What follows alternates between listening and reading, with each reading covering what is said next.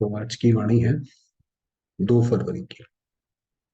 बाबा कह रहे हैं, मीठे बच्चे, एक ईश्वर की मत ही श्रेष्ठ मत। तो आप देखेंगे, अब ये बात गहरी क्यों है। वैसे तो पूरी मुरली ही बाबा की गहरी होती है, क्योंकि बाबा की आप जितनी मत देखेंगे वो दुनिया से बिल्कुल अपोजिट है। तो उस पे चलना और उसको मान पे निश्चय करके चलना एक बड़ी बात है। तो इसलिए हमारे मन को ये पता होना चाहिए कि ये जो ईश्वर की मत है यही श्रेष्ठ है, बाकी सब जो है इससे नीचे ही आएंगी और गलत ही आएंगी। एक ईश्वर की मत ही श्रेष्ठ मत है, जिस मत पर चलने से तुम सच्चा सोना बनेंगे। बाकी सब मतें असत्य बनाने वाली। क्लियर शब्दों में बाबा ने कहा कि बाकी और कोई भी कितना भी अच्छा हो, कैसा भी लगता हो, मगर वो उसकी मत जो है वो हमें असत्य बनाएगी। इस भूल भुलैया से निकलने का एक ही तरीका है जो बाबा जानता है। प्रश्न है, कौन सा पार्ट एक ज्ञान सागर बाप में भरा है जो किसी मनुष्य आत्मा में नहीं। तो बाबा कहते हैं, मुझे आत्मा में भक्तों की संभाल करने का, क्योंकि भक्तों को जब ऐसी दिक्कत आती है तो भगवान को याद करते हैं, तो भक्तों की संभाल करने का, सबको सुख देने का पार्ट है ये। बाबा बाबा जो है किसी को भी दुख नहीं देता, कि चाहे वो आत्मा गलत भी करे, कुछ भी करे, तो वो अपने कर्मों के अनुसार दुख प्राप्त करती है, मगर बाबा किसी के लिए कभी दुख का नहीं सोच सकता। मैं ज्ञान सागर बाप सभी बच्चों पर अविनाशी ज्ञान रत्न की, अविनाशी ज्ञान की बरसात करता हूँ, जिन ज्ञान रत्नों का कोई मूल्य नहीं कर सकता। ये जो बाबा ज्ञान देते हैं इसका कोई मूल्य थोड़ी है कि आत्मा कितनी भटक रही है, और बाबा ने आकर बता दिया कि बच्चे तुम तो परम धाम के रहवासी हो, तुम्हें कोई भटकने की जरूरत नहीं है, मैं तुम्हारा पिता हूँ। तो इसका कोई मूल्य ही नहीं है। इससे मन में कितनी शांति आती है। मैं लिबरेटर हूँ, रूहानी पंडा बन तुम आत्माओं को वापस शांति धाम ले जाता हूँ। ये सब मेरा पार्ट है। मैं किसी को दुख नहीं देता, इसलिए सब मुझे आंखों पर रखते हैं। माना भगवान को कितनी अच्छी तरीके से याद करते हैं। रावण दुश्मन दुख देता है, इसलिए उसकी एफिजी जलाते हैं, जो बुद्ध जलाते हैं रावण का। गीत है, जो पिया के साथ हैं उनके लिए बरसात, इसीलिए बाबा ने ऊपर बोला कि ज्ञान की बरसात। ओम शांति। बाप ने ओम का अर्थ तो बच्चों को समझा दिया है। ओम अर्थात अहम आत्मा, कि मैं एक आत्मा, बस अर्थ ही इतना छोटा है। ऐसे नहीं कि आई एम गॉड, दुनिया में तो ओम का पता नहीं बहुत बड़ा बड़ा बताते हैं, तो बाबा ने कहा इतना बड़ा नहीं है, बस मैं आत्मा हूं। ऐसे नहीं कि आई एम गॉड, पंडितों आदि से पूछेंगे ओम का अर्थ क्या है, तो वे बहुत लंबा चौड़ा सुनाएंगे और यथार्थ भी नहीं सुनाएंगे, उसके अंदर सब कुछ ही डाल देंगे। तो यथार्थ और अयथार्थ, सत्य और असत्य, सत्य तो है ही एक बात। तो दुनिया में जैसे जैसे दुनिया नीचे गिरती जाती है, वैसे ही ये जो सत्य असत्य की जो रेखा है वो धुंधली पड़ती जाती है। लोगों को पता ही नहीं पड़ता कि सही क्या है, गलत क्या है। बाकी इस समय तो है ही असत्यता का राज्य। राम राज्य को ही सत्य का राज्य, रावण राज्य को असत्यता का राज्य। भैया हर जगह आप देखो, झूठ बोलना, आदमी उसको बल्कि ग्लोरीफाई करता है। रावण राज्य में आप झूठ कितनी अच्छी तरह से बोलते हो, वो एक कला है, जबकि राम राज्य में तो उल्टा ही है। ये रावण राज्य की बात है। वह अयथार्थ ही सुनाते हैं, बाप है सत्य, वह सब सत्य सुनाकर सच्चा सोना बना देते हैं, शिव बाबा सुनाकर। फिर माया असत्य बनाती है। माया की प्रवेशता के कारण मनुष्य जो कुछ कहेंगे वह असत्य ही कहेंगे। तो ये माया आ गई, उससे व्यक्ति हो जाता है स्वार्थी। तो इसीलिए वो जो भी कहेगा वो अपना स्वार्थ निहित रख के करेगा, कभी भी आपको सत्य बात पूरी नहीं बताएगा। जिसको आसुरी मत कहा जाता है, बाप की है ईश्वरीय मत, आसुरी मत वाले झूठ ही बताएंगे। तो मान लीजिए बीजेपी और कांग्रेस ही है, अगर आप भारत का इतिहास सही लिखना है और वो कांग्रेस में लोग हैं, तो बीजेपी वाले उसको एक्सेप्ट ही नहीं करेंगे। वो ये थोड़ी देखेंगे सत्य क्या है, वो तो कहेंगे भाई ये दूसरी पार्टी है, कोई ऐसा व्यक्ति लाओ जो हमारी पार्टी में ही कर सके। तो बाबा ने कहा वो झूठ ही बताएंगे। आसुरी मते दुनिया में अनेका अनेक हैं, गुरु भी अनेक हैं, उन्हों की श्रीमत नहीं कहेंगे, उन्हों की श्रेष्ठ मत नहीं है। एक ईश्वर की मत ही श्रीमत कहेंगे। अभी तुम बच्चे समझते हो हम श्रीमत पर चल श्रेष्ठ बनते हैं। सबसे श्रेष्ठ तो है ही परम पिता का, जो रहते भी ऊंचे ते ऊंचे। तो पहले बाबा आप अक्सर करके देखेंगे, जो फर्स्ट पैराग्राफ होता है उसमें बाबा हमेशा अपना परिचय देते हैं। कि मैं कौन हूँ, या बच्चों की महिमा करते हैं तो एक जैसे एक बैकग्राउंड सेट करते हैं। सब भक्त उनको याद करते हैं, भक्त श्रीमत को याद करते हैं। तो जरूर कोई आसुरी मत पर है, कोई भगवान को याद करते हैं तो इसका मतलब कोई असुर भी है जो मत देता है, रावण भी है। अभी तुम श्रीमत पर श्रेष्ठ बनते हो, फिर वहां भगवान कहकर याद करने की दरकार ही नहीं है। सतयुग में कोई ऐसे नहीं बोलेगा हे भगवान। देवी देवताओं को कोई दुख नहीं है जो याद करना पड़े, भक्तों को तो अपार दुख है, अभी तो बहुत दुख के पहाड़ गिरने हैं। तो ये जो विनाश होगा, ये विनाश सिर्फ इतना ही विनाश नहीं है कि धरती डोलेगी और बम गिरेंगे। जो जितनी भी तरीके की हमारा इस दुनिया से जो जो कनेक्शन होगा, वो हर एक चीज टूटती चली जाएगी, चाहे वो संबंध हो, चाहे शरीर हो, कुछ भी है, वो सब जैसे एक एक करके वो पत्ते की तरह बिखरते जाएंगे। महाभारी लड़ाई, ये दुखों का पहाड़ है मनुष्यों के लिए, तो इसीलिए मनुष्य तो परेशान है। तुम बच्चों के लिए सुख का पहाड़ है, तो हम उतना ज्यादा सुख की तरफ जाते जाएंगे। दुख के बाद सुख जरूर आना है, इस विनाश के बाद फिर तुम्हारा ही राज्य होना है। अनेक धर्मों का विनाश होता है, और जो धर्म प्राय लोप है उनकी स्थापना होती है। गोया इस महाभारी लड़ाई द्वारा स्वर्ग के गेट्स खुलते हैं। तो ये जो दुनिया जिसको समझेगी कि ये इतना बुरा होता है, देखो ये पूरा धरती पर से जैसे जीवन ही समाप्त हो रहा है, इसीलिए उन्हें घोर दुख होगा। और बाबा कहते हैं ये लड़ाई तो जैसे स्वर्ग के गेट खोलेगी। इस गेट से कौन जाएंगे? जो राजयोग सीख रहे हैं। उस गेट में कौन पार कर पाएगा? सिखलाने वाला बाप है। जो पिया के साथ हैं उनके लिए ये ज्ञान बरसात है। हम पिया शिव बाबा के साथ हैं तो उसकी ज्ञान की बरसात है। पिया बाप को कहा जाता है। वह वर्षा तो पानी के सागर से निकलती है, यह अविनाशी ज्ञान रत्नों की बरसात। जो पिया ज्ञान सागर के साथ हैं उनके लिए अविनाशी ज्ञान रत्नों की बरसात है। इन अविनाशी ज्ञान रत्नों की तुम्हारी बुद्धि रूपी झोली में धारणा होती है। जैसे जैसे ये बाबा देते जाते हैं तो हमारी बुद्धि धीरे धीरे धीरे धीरे करके उसको ग्रहण करती जाती है, पहले 1%, 2% ऐसे बढ़ती चली जाती है। एजुकेशन बुद्धि में धारण की जाती है ना। आत्मा है मन बुद्धि सहित, तो जैसे कि आत्मा ग्रहण करती है, जैसे आत्मा को ये शरीर है, वैसे आत्मा को मन बुद्धि है, तो बुद्धि से ग्रहण करते हैं। ये आप देखिए बाबा ने 1938 से लेकर कितना 2020 तक पूरा ज्ञान सुनाया, और ये सारा का सारा ज्ञान आपस में कनेक्टेड है। ये किसी मनुष्य के बस की बात ही नहीं है कि इतना सारा वो ज्ञान दे और सारा आपस में कनेक्टेड हो। बाबा ने कहा बुद्धि से ग्रहण करते हैं। ग्रहण तब होता है जबकि योग है। तो जो हम ज्ञान सुनते हैं वो हमारे जीवन में प्रैक्टिकल में कब आएगा? जब योग लगेगा। योग नहीं लगेगा तो ये ज्ञान सिर्फ तर्क तक रह जाएगा। तो ऐसा लगेगा कि हाँ हम बाबा के बच्चे हैं, हमें तो बहुत खुशी होनी चाहिए, मगर खुशी नहीं होगी। लगेगा या होनी चाहिए, होगी नहीं, क्योंकि योग कम होगा तो नहीं होगी। ये बाप बैठ बहुत सहज बातें समझाते हैं, मनुष्यों ने तो बहुत डिफिकल्ट बातें सुनाती है। शास्त्रों में भी बहुत मतें हैं, गीता का बहुत प्रचार है। अध्याय का अर्थ बहुत करते हैं गीता का, तो इसीलिए बहुत सारे वर्षन हैं गीता के। कितनी अनेकानेक गीताएं बना दी हैं। और कोई शास्त्र नहीं जिसके लिए कहें फलाने का वेद, फलाने का शास्त्र। गीता के लिए कहते हैं गांधी गीता, टैगोर गीता, ज्ञानेश्वर गीता, अष्टावक्र गीता। तो ये इतनी सारी गीताओं के अलग अलग सबने अपने अपने वर्षन्स निकाले हुए हैं। बहुत नाम गीता के रख दिए हैं, और वेद शास्त्र के कभी इतने नाम नहीं सुनेंगे।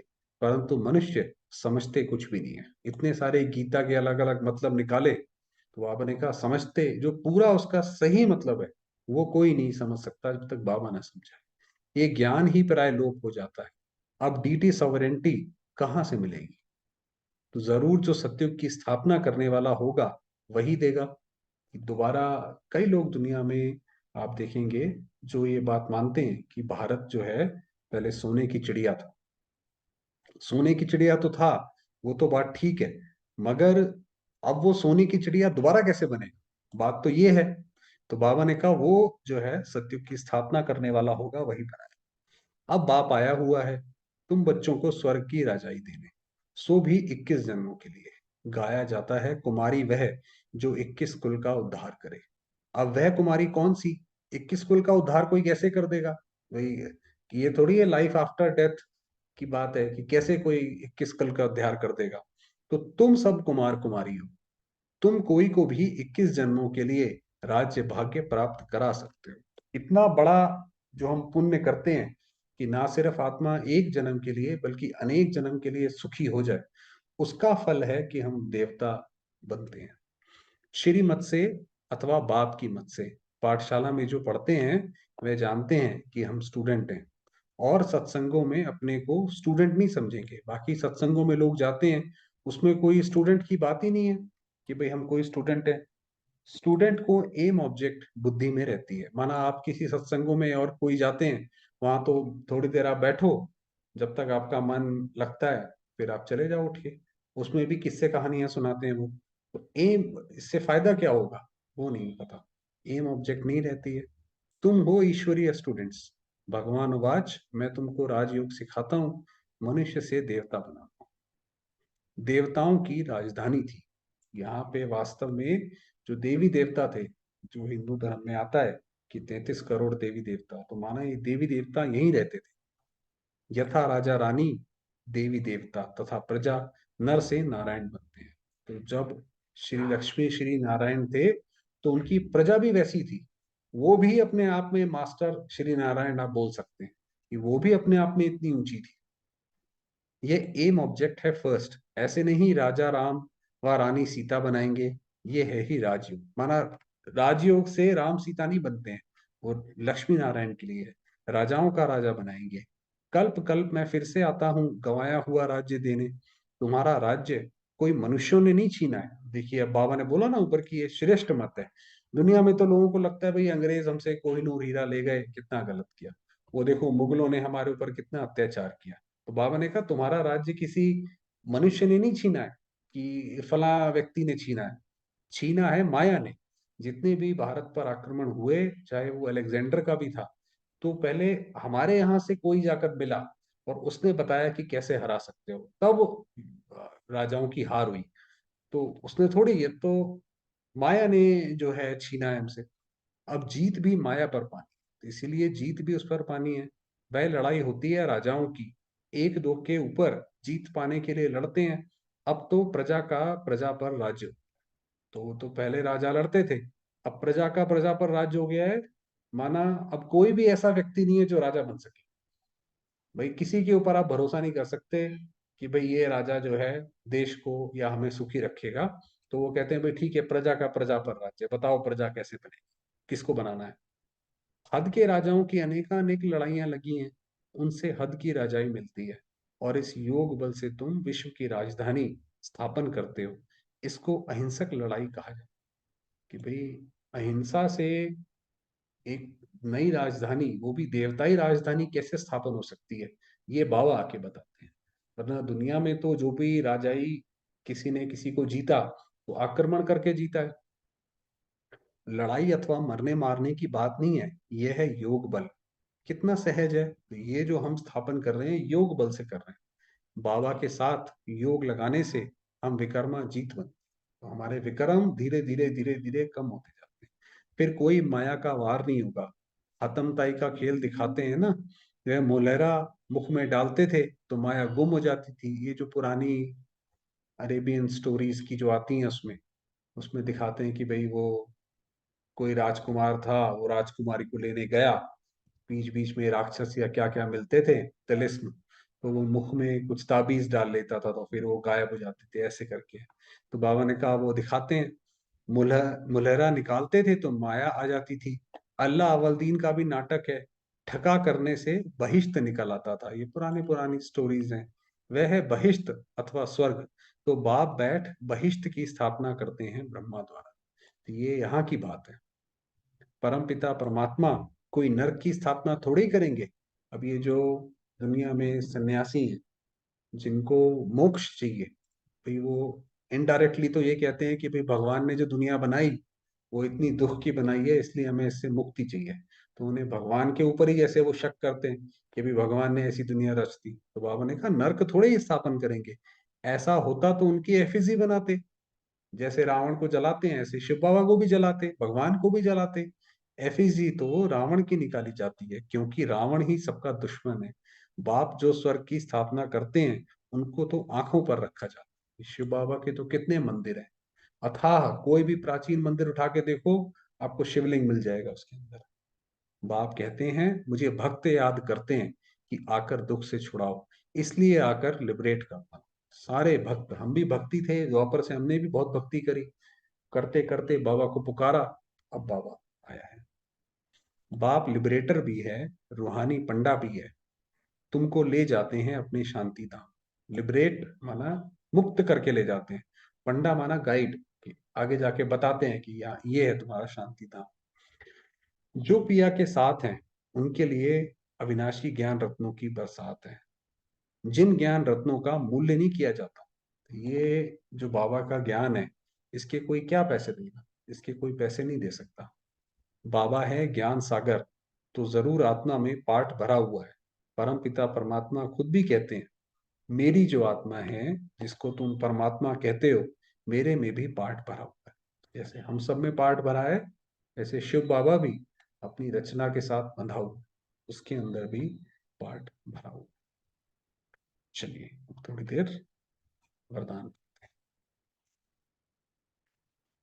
वरदान दिया, अमृत वेले के महत्व को जान, महान बनने वाले विशेष सेवाधारी भव। कोई भी चीज अगर हमने अपने अंदर धारण करनी है, मान लीजिए अमृत वेले ही उठना चाहते हैं, तो जब तक ये नहीं पता होगा कि उसका महत्व क्या है, अगर नहीं करा तो क्या होगा और करा तो क्या होगा, तब तक वो चीज धारण नहीं होगी। तो सेवाधारी अर्थात आंख खुले और सदा बाप के साथ, बाप के समान स्थिति का अनुभव करें, कि हम आंख खुले और जैसे मैं आत्मा बाबा के साथ ही, और वैसी ही मेरी स्थिति है। जो विशेष वरदान के समय को जानते हैं और वरदानों का अनुभव करते हैं, वही विशेष सेवाधारी है। माना आपको पता है कि अमृत वेले बाबा विशेष वरदान देते हैं, जो चाहो वो मिलता है, तो समय को भी जानते हो और उस समय को यूज भी करते हो, तो विशेष सेवाधारी कहलाओगे।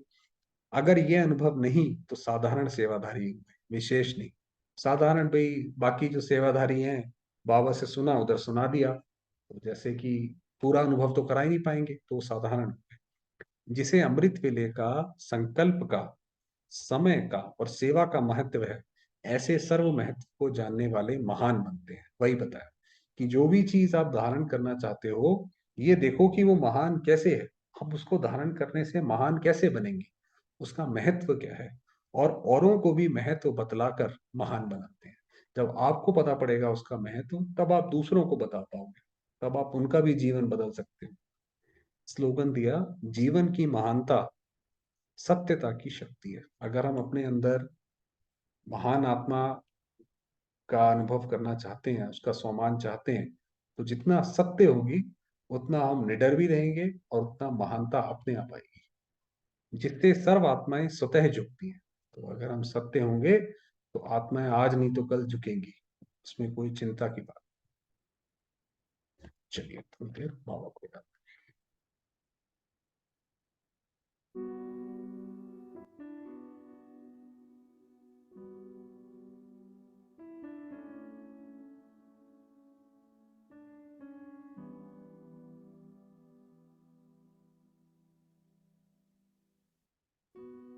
मैं आता हूं।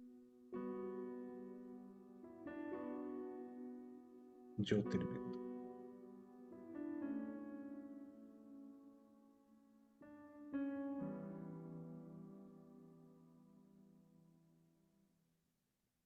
शांत स्वरूप।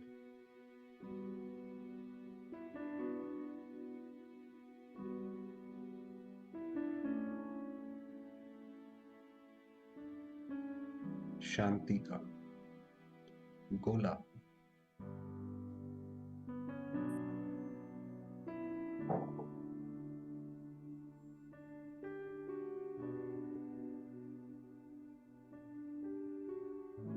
शांति की किरणें चारों ओर फैला रही।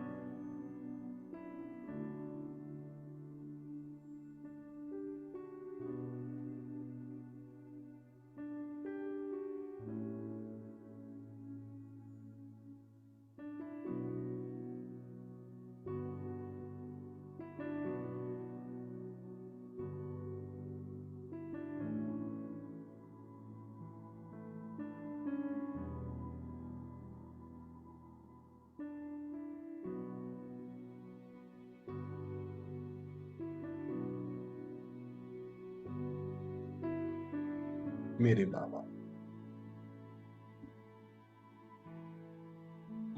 निराकार ज्योति।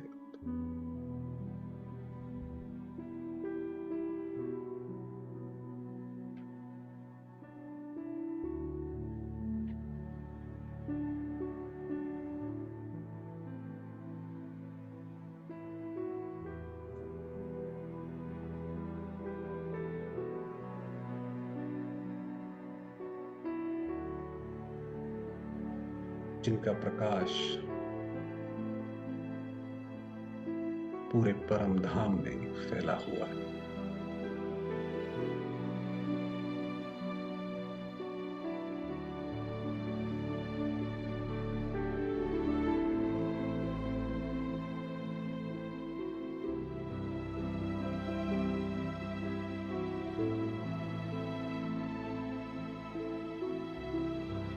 मैं आत्मा भी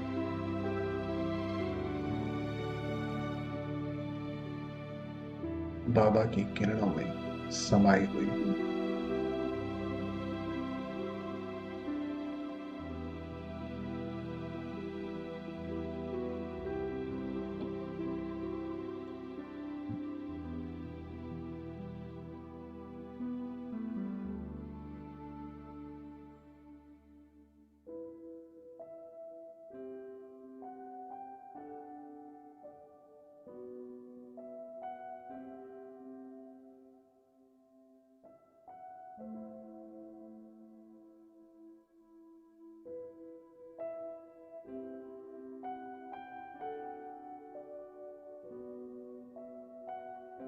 अनुभव करेंगे शांति धाम की शांति को।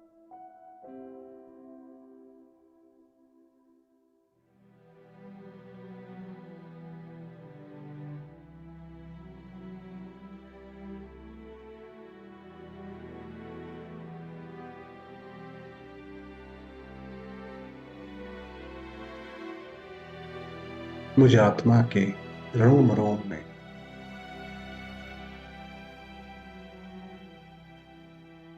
परमात्मा स्नेही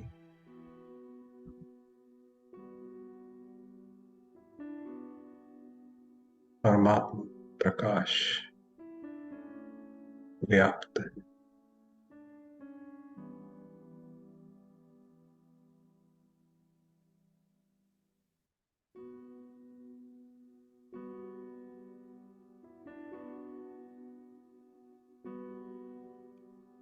मैं आत्मा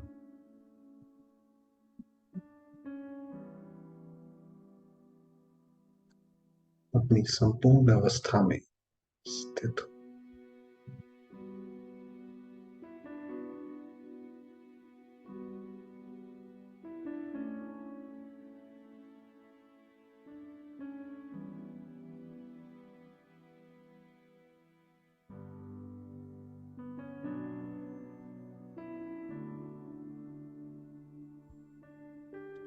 शांत चित्त हूं।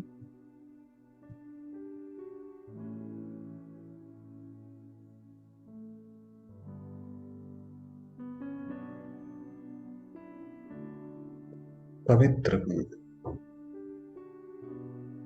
बुद्ध हूं।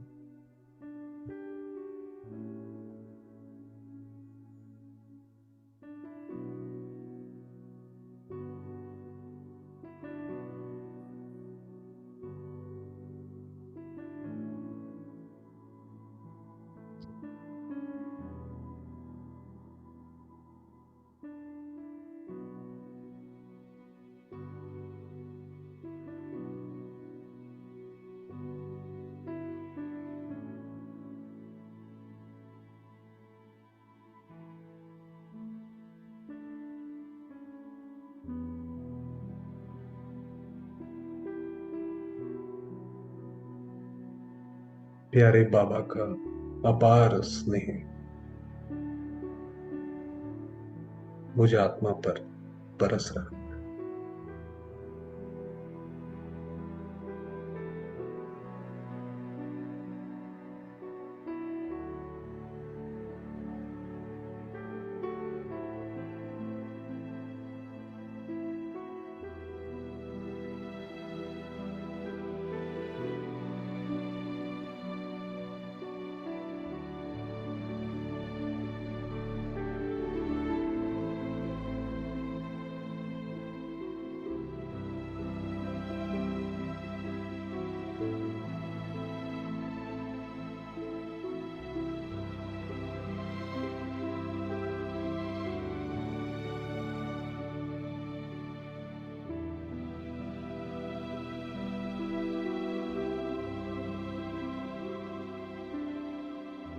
मैं आत्मा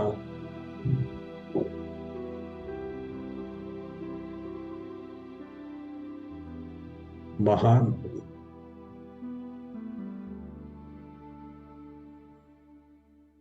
दिव्य हूँ,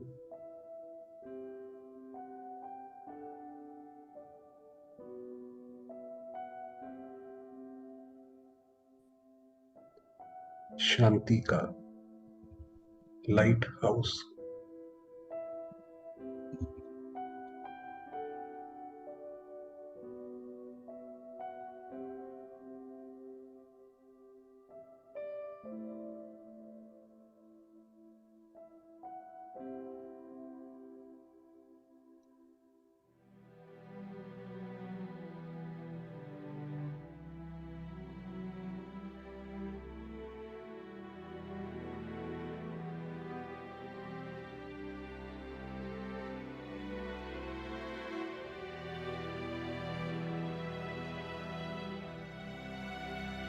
बाबा के साथ कंबाइंड।